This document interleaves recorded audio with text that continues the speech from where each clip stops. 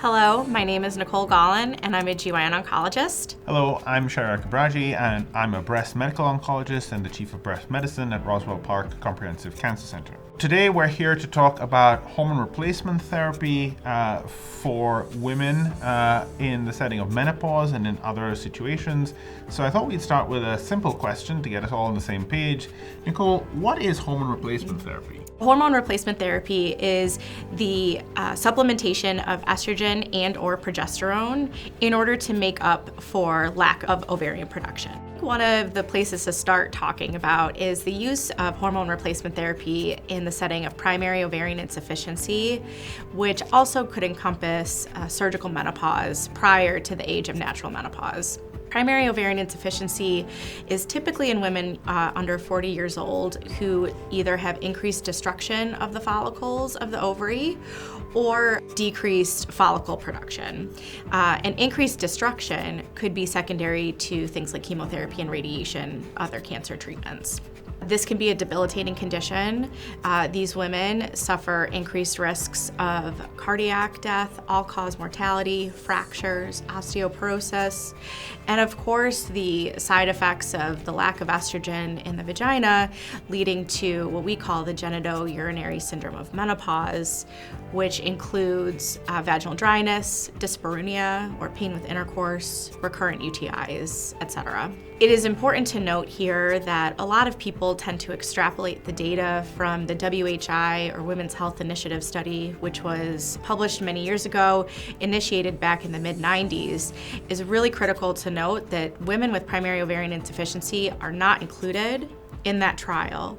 And that trial did show some potential adverse outcomes related to the use of hormone replacement therapy. But again, this does not include the women who are younger, who have a lower absolute risk of these events occurring.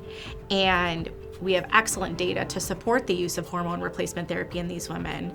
The risk of vertebral fractures and hip fractures is significantly decreased with the use of hormone therapy. Women experiencing menopause early have almost a 50% increased risk of ischemic-related cardiac morbidity.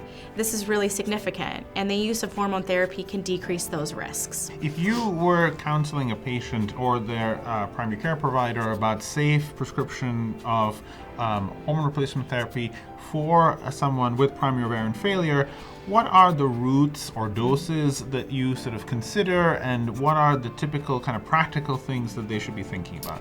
It's important to know that women with primary ovarian insufficiency, while their chance of becoming pregnant overall is low, it is still important for some of these women to have a pregnancy prevention tool that can be hormonal or non-hormonal. Combined oral contraceptives is an option for hormone replacement therapy in these women, as is hormone replacement therapy.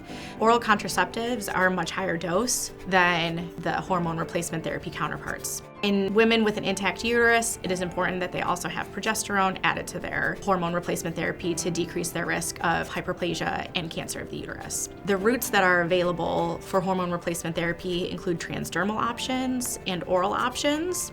The transdermal options do have a slightly decreased risk of venous thromboembolism because it eliminates the first pass metabolism through the liver. One of the things that as a breast oncologist we're often faced with is that in treatment of patients with breast cancer, we're often eliminating their native estrogen production or blocking it. And this does lead to exactly the same kinds of side effects where women, for example, will have both the neurohormonal or the autonomic side effects of estrogen deprivation, such as hot flashes, arthralgias or joint pains, but then also the genitourinary and other side effects.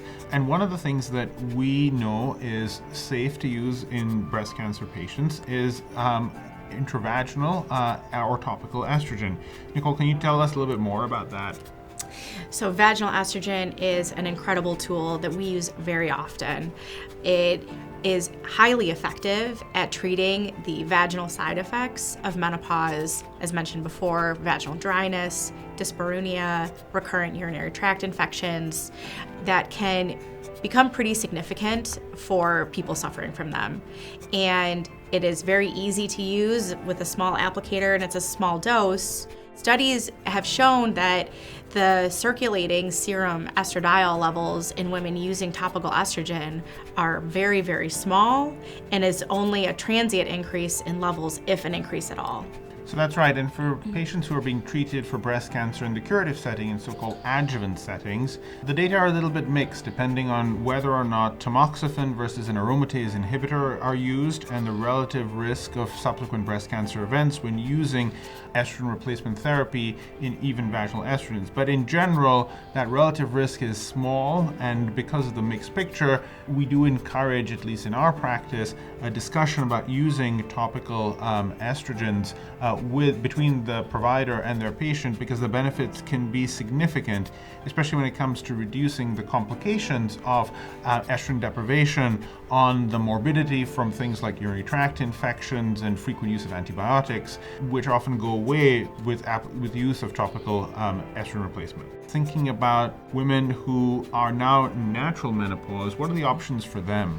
So this is where it starts to get a little bit more heated. The WHI, or the Women's Health Initiative trial, was initiated to determine whether the use of hormone replacement therapy was a viable option for the reduction of risk for coronary heart disease, the prevention of fractures, and they also wanted to look at the risk of breast cancer in women who are using different formulations. Looking at the use of both estrogen and progesterone in women with an intact uterus, this trial was actually concluded early, secondary to safety events that were seen, significant increased risk of breast cancer, and they did not meet any of their primary endpoints in terms of reduction of risk in the other categories that were mentioned. Because of this, the use of hormone replacement therapy in the menopausal setting is a little bit more nuanced. We typically will reserve the use of this in women who are younger than 60 years old and within 10 years of menopause. The younger women in the WHI trial had more favorable outcomes compared to the older women, which is to be expected, and so we favor using hormone replacement therapy in the younger women. One of the important things that you've highlighted is that a lot of the data that drives our thinking around this subject is now actually quite old, and some of it involves preparations and types of estrogens at higher doses with more systemic exposure than we would typically recommend today. Another reason why thinking about estrogen replacement or hormone replacement in the sort of modern context becomes so critical, and that's why when we were talking about either breast cancer, primary ovarian failure, or insufficiency, or the postmenopausal setting, it's critical to think about that risk-benefit ratio and the root of the estrogen replacement and what those benefits might be. So that concludes our discussion about hormone replacement therapy for now. But if you have more questions or need more resources, our team at Roswell Park is available and ready to answer them, so please reach out.